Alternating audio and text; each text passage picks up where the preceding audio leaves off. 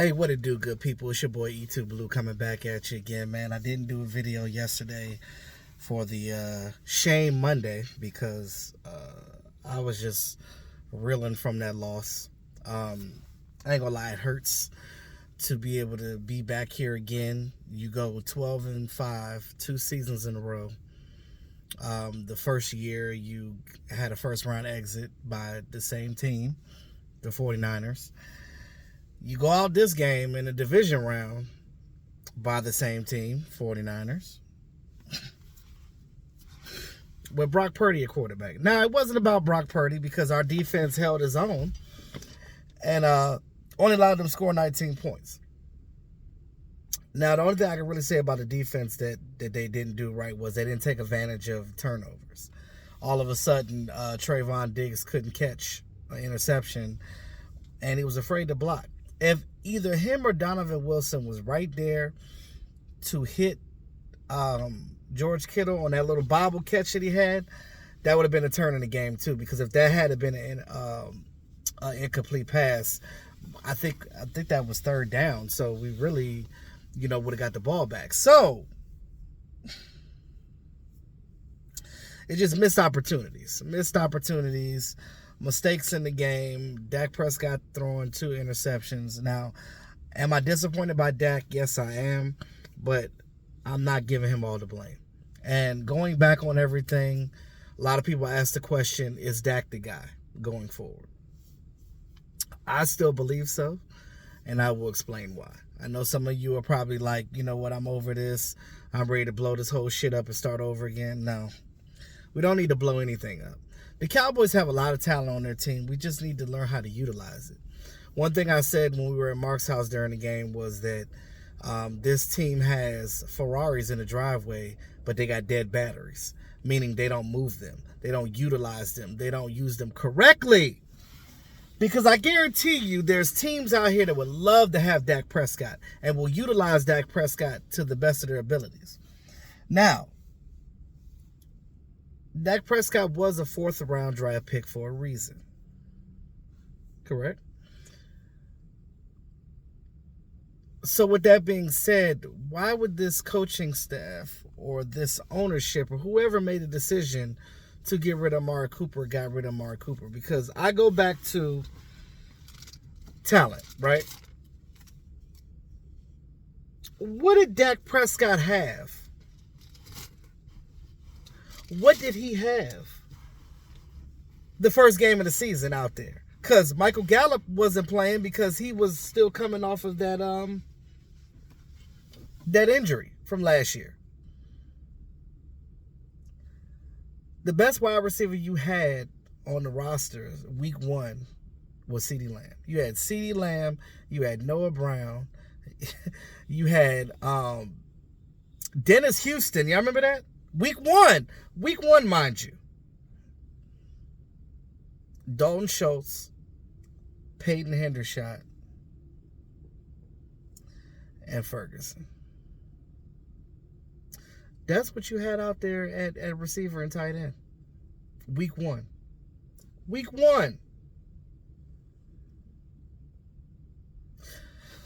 So by that, to me, it just says, oh, well, we just want Dak Prescott to go out there. Now, I don't know if this was the conversation. I hope it wasn't. But by the moves or the lack of moves, I should say, because you went and got James Washington, but James Washington got hurt, and he never got an opportunity. So we don't know what he could have done. At that point, you should have got T.Y. Hilton way back then, but that's on, whatever. Anyway, that's neither here nor there at this point. But I will say this. With that receiving core going out there week 1 against the Bucs, a fully healthy Bucs at the time, no wonder why you lost. And then Dak tried to go out there and do what he could, and then gets his thumb broken. And then we lose that game.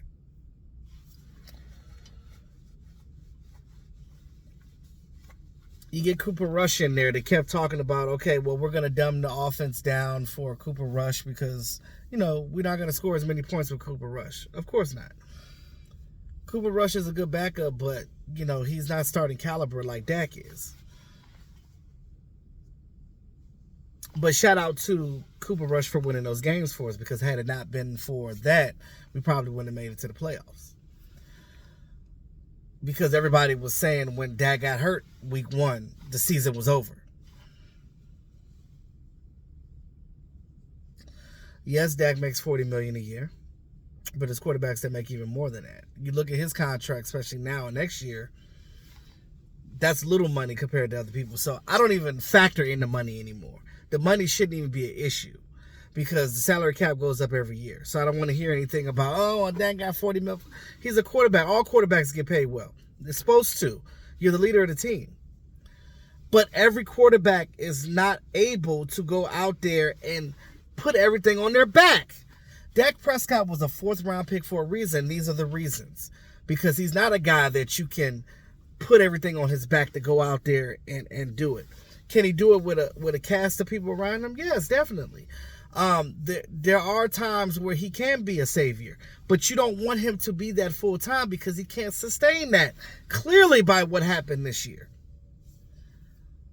Yes, I fault Dak for all of his issues and him throwing the interceptions and things of that nature, but you look at this year and you tell me and you say, oh, why did Dak have so many interceptions this year and never none of the other ones? Well, because you look at who he's throwing the ball to. In the years past, we had adequate amount of receivers that can run accurate routes. Even those 3 years that we had Amari Cooper running routes.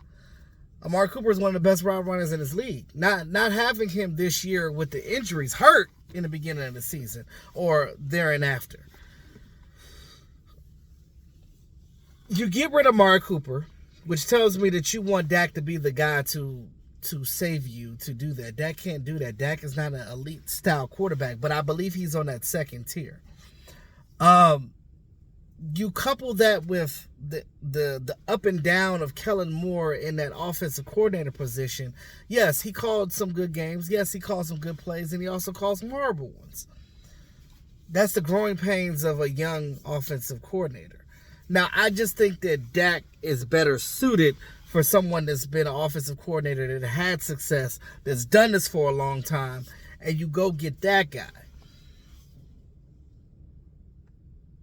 Go get Frank Wright. Go get an offensive coordinator that has had some success, that knows how to deal with upper tier quarterback like Dak Prescott, and to elevate him even better. Brock Purdy, Mr. Irrelevant. This is a perfect example of coaching. The 49ers don't ask him to really do a damn thing. What did DMV say the whole game? Oh, Brock Purdy can't throw to his left. Brock Purdy can't do this. Brock Purdy can't do that. He can't throw deep. But Brock Purdy didn't make many mistakes in the game. Why? Because the scheme was predicated on protecting him as a quarterback. Now, I'm not comparing Dak to Brock, because that's two totally different things. Dak is a veteran. He's been in the league for a while, so he should know. Right. Understood. But also, even with that, you can't, the way the scheme is set up is not set up right. First of all, we're still running Jason Garrett's offense. If you want to have success, you brought Mike McCarthy in. He got you 12 wins, even with the bullshit he has to deal with. Mike McCarthy should go in there this offseason and say, hey, Jerry Jones, when you hired me, you asked me to be the coach, right? But you came in here, I'm used to calling the plays, talking about Mike McCarthy. If Mike McCarthy is normally calling the plays like he did with the Packers, why are you not letting him do that with Dallas? Because that's the success that he brought with the Packers. Even with the bullshit that transpired here with Kellen Moore, we were still going 12-5. But that's just the season. When you get to the postseason, all that changes over. You have to. That's when the veteran comes out. That's when I've been here before comes out. I just think that when it comes to Kellen Moore, it's done, right? Dak needs a veteran play caller in here, or just an offensive coordinator, or you could get Mike McCarthy to call the plays, or he could work that out with the new coordinator. But I think Mike McCarthy needs to go in there and says that, hey, we tried it your way, it didn't work. Let's do it my way. Let's do it my way. And that's just how I feel. I think that Dak would play much better with a better offensive coordinator, able to give him options instead of, because I'm pretty sure that there were 6 plays where T.Y. Hilton was open on routes. For Dak to not see that is crazy to me. But then I thought about it.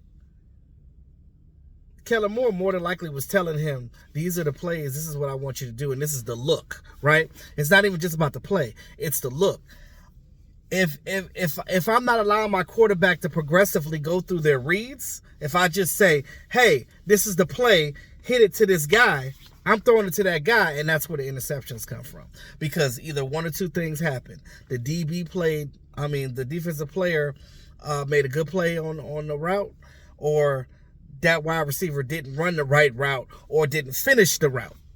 That interception that was thrown trying to get the ball to Michael Gallup in the game, that was definitely Michael Gallup not finishing his route. And the defensive player was right there.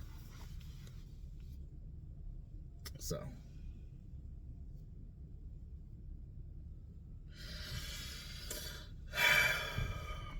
again, do I think Dak Prescott is still the guy? Yeah, I do. You can win with Dak because we've seen what he did his rookie year. We've seen what he did his second year.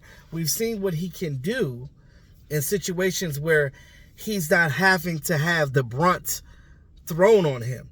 There's not many quarterbacks in this league that can do that. Even Aaron Rodgers faltered without having. They got rid of Devontae Adams. And look what happened to the Packers. Didn't make the playoffs. I'm just telling you guys, even some of the great quarterbacks can't do it without a team around them. You still got to have people to throw to. They got to run around routes. They got to do football is a team sport. It's not just about one person. Do I blame Dak for this game? Yeah, he threw them picks. It is what it is. He took ownership of it. It is what it is. We know that, not to make any excuses, but Dak went through a lot. You know what I'm saying? Like breaking that leg and his brother dying, killing himself and breaking his thumb and shit. Trying to come back from that stuff mentally, trying to play football at a high level, it's hard to do. And especially with a finger, that affects the way that you throw. Now the finger wasn't an issue. I'm not saying that. I'm just saying that, like, these are the things that he went through earlier that season. But I just think that Dak needs a fresh start with the new coordinator here. As far as Zeke Elliott goes, a lot of people said he needs to go. Okay, if that's what you think, that's fine. But he already said that he would take a pay cut to come back. I'm with that. You take a pay cut, I welcome you back. One thing about Zeke that I love, he may not be the dynamic guy that he was his earlier years, but Zeke Elliott right now is one of the best pass protectors in the league. You need that because some of these young running backs cannot pass protect at all. You look at that play where they got blown up. They had put Malik Davis in the game. He completely whiffed on his assignment. Didn't even block the guy that was coming and rushing Dak. See, you have to do the right thing, and sometimes it takes for you to do the hard thing to make simple things work. I just am a firm believer of not trying to get rid of Dak. You know what I'm saying? Because at this point, yeah, you could probably get somebody in the draft, but are they going to be better than Dak Prescott? Are they going to understand what this team needs is better than Dak? This team plays for Dak. They love Dak. I just think that going forward, you cannot put that type of pressure on him because he's not that great of a quarterback. He's not at that level where you could just hand that to him like that. I already done said that Aaron Rodgers didn't do it either. Tom Brady more likely can do it because he's the GOAT. He's got a gold jacket waiting for him. You know what I'm saying? So I just look at that situation. I'm just saying, like, can we think about some things and relax before we, pop off on things and individuals, because you never know. You never know. I try to look at different angles, different approaches to things, because at the end of the day, there's more than one side to something, right? And you can't sit here and just look at things from one side of the fence, because you'll never succeed that way. Never. I just really believe that Dak would fare better with a better offensive coordinator. I think Kellen Moore should leave. He's interviewing with the Panthers. I hope they pick him up. Unfortunately, though, we might lose Dan Quinn because he's doing a second interview with the Cardinals. Normally, when you do more than one interview with anybody, that's a regular job, whatever. You do a second interview, that means they want you, and they want you bad. So if the Cardinals get Dan Quinn, who are we gonna get as defensive coordinator? Now, if he doesn't take Joe Witt with him, it'll either be Joe Witt or Edwards to be the defensive coordinator. If they can keep that same system that Dan Quinn is running and tweak it a little bit, I think it'll be all right. But although I don't want to lose Dan Quinn, but I don't know why everybody's so pressed to have Dan Quinn as a head coach, because he's failed miserably as a head coach. I just think he's better as a defensive coordinator. And some guys in the league just need to stay as coordinators. Just because you're a good coordinator don't mean you're going to be a good head coach. Stay as a defensive coordinator. I mean, shit, the Dallas Cowboys are paying him like a head coach. So, shit. That's coming out of Jerry Jones' pocket itself. Shit, give me that money. I'll be defensive coordinator. Shit. But yeah. All jokes aside, like, I just think that Dak could be okay. We just have to do the right thing. We got to get some more running backs in here. We need to get another. If you get a high, well, problem is you're not going to get a high draft pick because you're going to be picking late in the 20s. But if you could get a really dynamic receiver in the draft, kind of like how CeeDee Lamb is, that'll work. We need some more offensive linemen. Definitely. I want left and right tackles. If you can find them and they good, left and right. Because Terrence still probably won't be back for a minute. So, that's the unfortunate truth. Definitely not going to be there for a training camp. So you gotta kind of figure that out. But let me know what you think. I know this video way longer than I wanted it to be, but let me know what you think in the comments section about, Dak Prescott, and is he the guy? And I know a lot of people are down on him right now, but just think about some of the things that I was saying, because sometimes it's not what you think. Sometimes it's small things that will change a whole thing. But with that being said, man, it's your boy E2 Blue. Always keeping it real. Like, share, subscribe to the channel. Boom.